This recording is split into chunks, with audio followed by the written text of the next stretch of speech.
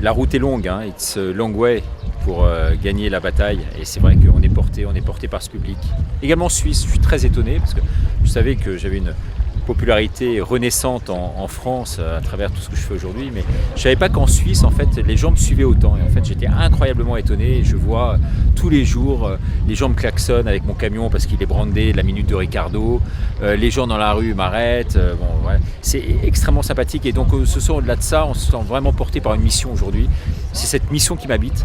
C'est ce devoir que j'ai aujourd'hui de me battre et de galvaniser les foules pour dire non. Comme demain pour le référendum ici qui est super important, cette votation qui est primordiale. Et c'est vrai qu'on a vraiment l'impression que la Suisse est un exemple, à plus d'un titre. Je voyais dans 24 heures, dans un journal que je ne suis pas forcément fan de 24 heures, vous pouvez l'imaginer. Mais dans 24 heures, là, ce matin, le titre, c'était « Bas les masques ». En Suisse, bas les masques. Il n'y aura plus de masques ici. Alors qu'en France, dans les rues, on a encore des masques. C'est-à-dire, c'est scandaleux, la politique française. Et donc, c'est bien de faire tous ces kilomètres avec mon camping-car pour aller voir les réalités en face et les dénoncer pour la France notamment et essayer de faire en sorte que ça puisse s'améliorer de l'autre côté de la frontière. On vantait les mérites de l'Europe, hein, Schuman, père spirituel de l'Europe.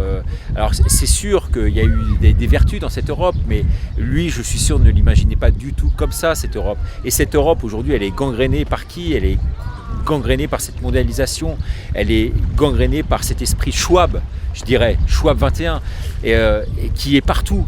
Et les lobbyistes, du côté de l'Europe, et j'ai été à Bruxelles à plusieurs reprises, à Strasbourg également, Parlement européen, l'Europe et tout ça, il y a quasiment plus de lobbyistes que de députés aujourd'hui.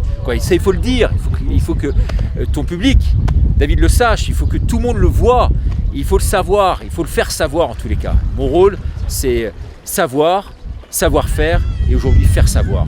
Et vraiment, c'est ce pourquoi aujourd'hui je me bats tous les jours, jour après jour, et comme tu dis, j'avale, entre guillemets, autant de kilomètres sur les routes avec mon camping-car. Je ne suis pas né de la dernière pluie, j'arrive pas comme ça en Suisse par hasard. J'ai habité avec ma famille ici pendant quasiment 4 ans, donc je connais très bien, pas très bien, mais en tout cas 4 ans c'est quand même une certaine durée, et donc ça m'a permis vraiment de connaître la Suisse de l'intérieur. J'ai été dans quasiment tous les cantons suisses. Donc je connais bien la Suisse, vraiment la Suisse, la mentalité, j'ai beaucoup d'amis suisses, beaucoup d'amis suisses, et donc j'ai plein d'infos sur la Suisse, et je trouve qu'ici, on a vraiment le meilleur comme le pire. Le pire à Genève, avec effectivement toutes ces organisations internationales qui sont infiltrées aujourd'hui, et puis le meilleur avec cette résistance dont tu parlais tout à l'heure, cette résistance suisse qui est extrêmement forte, ce non-alignement qui n'est pas une démission, mais au contraire une forme de non-caution en fait au système actuel. Et puis, si tu veux, il y a des accords qui ont été passés ici en Suisse et qui font que la Suisse est neutre, mais neutre bienveillante et neutre surtout active. C'est pas une neutralité passive, c'est une neutralité active. Et ça, c'est vraiment ce que j'aime ici et qu'on retrouve chez les gens. Et du reste, plus tu vas dans le fond du lac et plus tu retrouves ces mentalités, je dirais un peu corse de résistance. Également, là, j'ai été à Aldorf cette semaine. J'étais à Berne, Fribourg, donc dans le nord, Bâle, Zurich. Bon, et tu vois là-bas les nines partout, 2 fois 9 partout, mais partout, ça fleurit de partout. Donc j'espère que c'est de bon augure pour la votation demain, même si c'est vrai, on ne se fait pas trop d'illusions, parce que les gens sont tellement conditionnés par les médias. Ici aussi, ils sont terribles. Donc on a du mal à sortir la tête de l'eau à cause des médias. À travers sa neutralité aujourd'hui et son positionnement un peu au centre, elle a un rôle à jouer majeur, je pense. Et c'est vrai que la Suisse héberge aussi des grands résistants. J'ai pu en rencontrer de toutes sortes, des grands intellectuels également résistants ici, qui n'ont plus le droit de citer en France.